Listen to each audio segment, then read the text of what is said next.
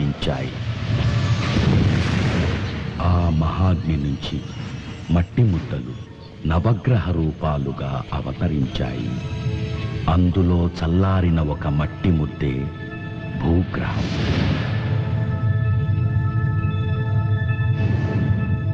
ఈ భూమి సముద్రపు అలల మీద శ్రీకృష్ణుడు పాలించిన ద్వాపరయుగం నాటి ద్వారక వెలిసింది. భాగవతానికి, భారత యుద్ధానికి అది సృష్టికర్త.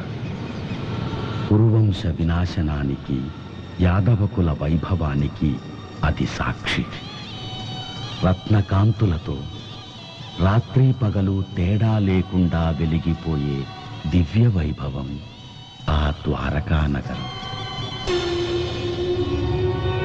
చంద్రగ్రహం మీద యుగసంధి ఆరంభమైంది.